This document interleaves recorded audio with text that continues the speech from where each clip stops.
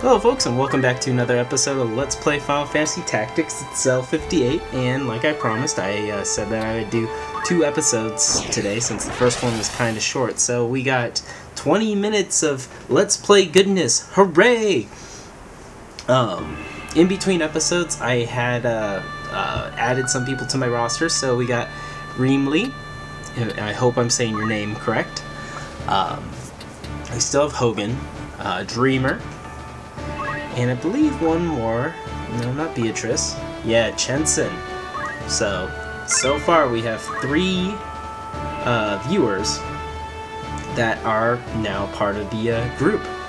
There's still, plenty more spaces open, and you will see that in the future. I plan on giving everyone a set role and then, using it, picking people up from there. So, beginning of this battle, we see that somebody is being picked on by these green thieves. Even though one is a thief, they're all considered thieves. So these are probably, like soldiers that came back from war and didn't really have anything to show for it, and they're like, hey, let's just rob people. Okay, so it's the Death Corpse. From here, you have 2 options. Our duty is to destroy the Death Corpse, or saving him is our priority. Now, depending on what you select depends on the conditions of this battle. If you choose to save this this random person, then the conditions are to save him. Meaning, if he dies, then the battle is lost. However, if you do what I did, and that was, destroying the Death Corpse, our number 1 priority, or whatever he said, then the conditions are to destroy all enemies. So you don't even need to worry about saving this random person. So I recommend doing that. If you want to be a goody-good, then feel free to save him. However, this guy Algus, kind of a punk.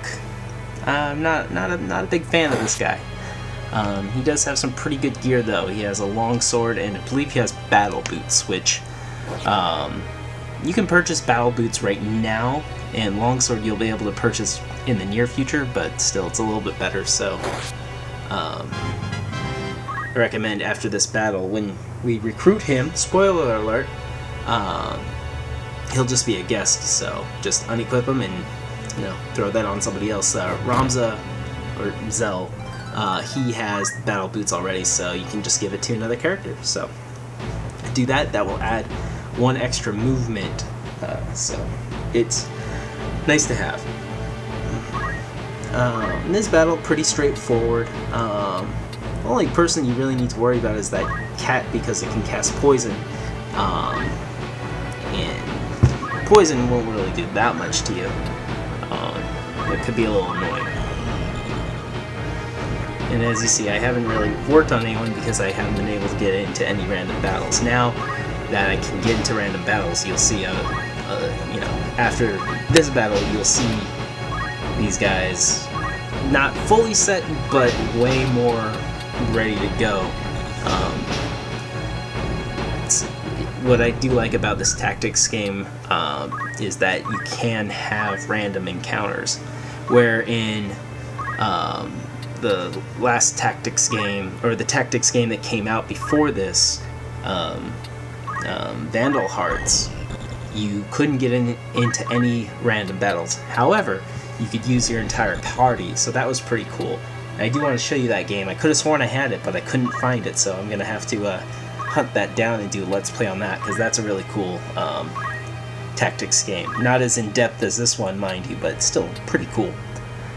Let's see, I'm just throwing stones at Delita just to get some JP and some experience going. That's pretty cool. This throw stone doesn't do that much damage, and that's pretty much the most useful thing for it. So don't mind me if I'm trying to gain a little bit of JP and experience here and there. What else was I saying? Oh, so yeah, you can get into random battles, so you can grind, and another aspect that I like is that I can, the enemies that I fight in random encounters, their level is scaled to, I believe it's the main character, or maybe it's just the highest level character you have, so it's always a challenge, even at level 99, because by that point, you know, you're fighting enemies with very high, you know, skills, and they know how to fight. It's always a little bit of a challenge, so that's pretty cool. And as you see, Zell had auto potion. Like I said, I cheated with the chemist just to show you that it's awesome, but I won't be doing that with anyone else. And auto potion doesn't happen all the time, but if he does get hit, there is a chance that you will use a potion to heal yourself, and it is the lowest potion that you own. So there are regular potions, high potions, and X potions. So if I didn't have any regular potions, then Zell would use a high potion to heal him, and so on and so forth. So when you can purchase high potions in the future, that's what you'll want to do, is get rid of all your regular potions, so you just use high potions. At least that's how it always worked for me. That's how I would do it if I did auto potion. There are much better like counters in the future, so I don't think you will really use auto potion all that much. I would give it, you know, maybe a 3 or 4 out of 5, maybe 3.5. It's not the worst thing that you could have, but it's not, I mean, it's not the top tier ability. And see, oh, and he's down, folks. I don't know if you lose at this point. I think, yeah, I think you would actually lose. That looks familiar. Which just sucks, because it's like, what? I can revive him, just give me a chance. I remember getting so frustrated because, you know, when I play RPGs normally, I'm like Mr. Goody Two Shoes, like, no, we have to save this person, we have to be the hero.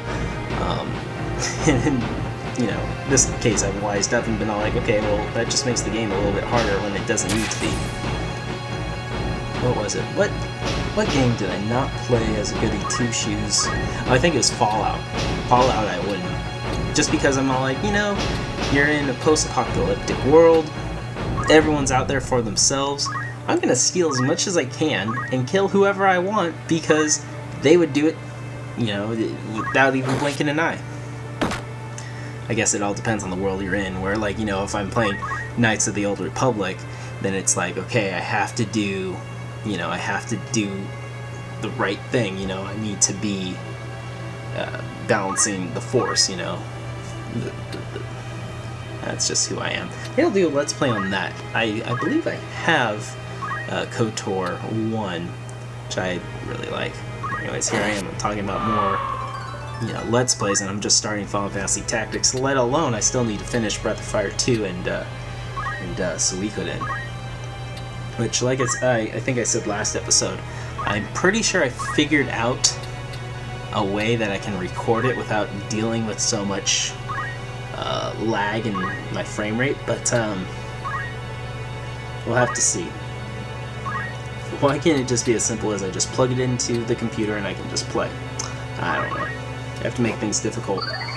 Never been able to make like a Let's Play that's just so simple. It's always like I have to take like 4 extra steps to do something. And I've learned how to like render this so it looks good, but it takes like an hour and a half for me to upload this video. It's ridiculously long because it's such a big file, but I think it's worth it. I think if I compressed it like I did the very first episode 0, I think that would really hurt the quality. I like how sharp these videos are coming out, so it's worth it to me to, you know, upload it. I'll just get up in the morning before work, set to upload, and, you know, by the time I come home, hopefully get a comment or two on the video.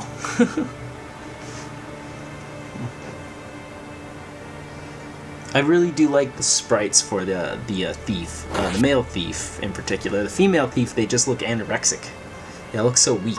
I'll show it to you, but yeah, I really do like thieves. They are very useful, especially when you're JP grinding, and very useful for the money trick. In fact, you need them for the money trick. I always feel like you need to have one party member, maybe not as a thief, but have the thief abilities. That way if you run into a random encounter where they have good weapons, you can steal them. There are a couple like rare items that you'll get through the story if you steal them off people, but for the most part you won't. I do remember there was one random encounter where I ran into like 6-5 chemists, something like that. They all had they all had a rare gun each, like the blaze gun, the glacier gun, the not the mithril gun. I think it was the stone gun. That one I just couldn't get because the character was stoned and you couldn't cure it. Anyways, I'm getting way ahead of myself, but I remember seeing that battle and I was like, holy crap, that's so cool and so unique. I never thought I'd run into enemies like that, and I did. In fact, if I grinded my characters up to, you know, like level 20 or 30, I would run into, every so often in a random encounter, like some enemy that has like, you know, gear that you can only get in like chapter 3, and you know, I could really like gear up my team, but I don't think I'll do that. I don't think there's any need to. It just makes it hard because the first chapter you don't get a whole lot of gear. In fact, I don't think you get any lances, so I can't really make a dragoon, or what do they call them? Do they call them dragons in this? No. They call them like lancers or something like that. And then of course you can't get any bard equipment, but that's okay because bards are kind of sucky. Unless somebody really wants to be a bard, I'll make them a bard or a dancer. But that's kind of a that's a hard class to be good with. I don't know if I'll do any calculators. Maybe I'll show off how godly they are, but I feel like that would make the game too easy. Yeah, definitely want to show off the wizard, you know, Vivi, basically, and then let's see, samurai, ninja. Well, we'll get into that, but I'll show you all the cool stuff that this game has to offer, and some more secrets that that you normally wouldn't see. Promise you, it's gonna be awesome. I am thinking of uploading like some of my random encounters, because I think those are just as exciting as you know the actual storyline. However, I think that'd make this Let's Play super long. Not only that, but when I'm playing in story, like I said, it's very laggy. The frame rate goes down by at least like 2/3, and so it's really hard for me to, you know, move around and select things. So for the most part, I have to just get through it as fast as I can and not really use any strategy. So yeah, there's that. But you know, if I can figure out a way to not worry about this frame rate issue, then I can do anything at all. Alright. And I could wait for these guys to die and then see if they have any abilities, but no need. Let's finish this match. Die, thief! Oh. Also, whoever ends up killing the enemy unit gets a little bonus XP, which can be useful if you are if you got a new character and you need them to level up with you. Oh, there's a crystal. Should Chensen go for it? No, let's have Chensen finish this fight. Rocket powers, unite! Oh. Go ninja, go, go, go. Ooh. Swift is kicking Dreamer's butt. You know what, Dreamer gets a dagger, yeah! And yeah, let's just wait.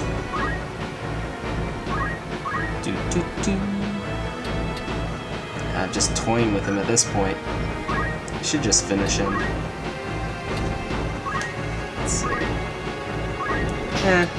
Gain a little more JP here.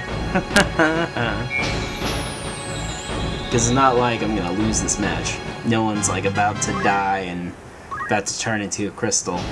See, that's another thing. I don't need to worry about Algus like turning into a crystal or anything like that. He's knocked out. The 2 little stars means he won't turn into a crystal or anything. So I can just leave him passed out as long as I want. Like I said, he's a punk anyways.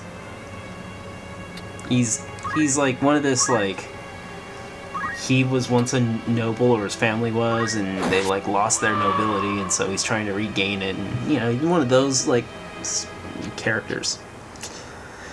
Anyways, still breathing. Let's save him.